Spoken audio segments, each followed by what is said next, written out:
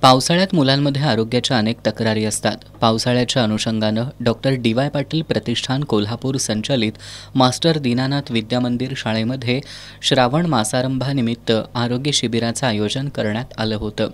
या शिबिरात बालरोग तज्ज्ञ डॉक्टर निलोफर सिकंदर मुजावर यांनी विद्यार्थ्यांना आणि पालकांना आरोग्याची योग्य काळजी कशी घ्यावी याबाबत मार्गदर्शन केलं.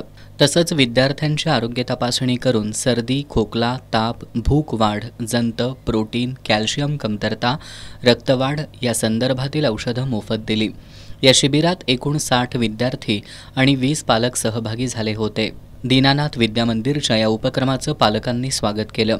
यावेळी मुख्याध्यापक विश्वास केसरकर, प्रणोती पाटील, नीलम मठपती, स्नेहल काकडे, गायत्री निगमेकर, रोहिणी गायकवाड, शिवानी मोरे, सबीना खान, तस्मिया नदाफ, संगीता पाटील, स्वालिया उस्ताद, योगेंद्र ठाकूर, आलिशा गायकवाड यांच्यासह शिक्षक, शिक्षकेतर कर्मचारी उपस्थित होते.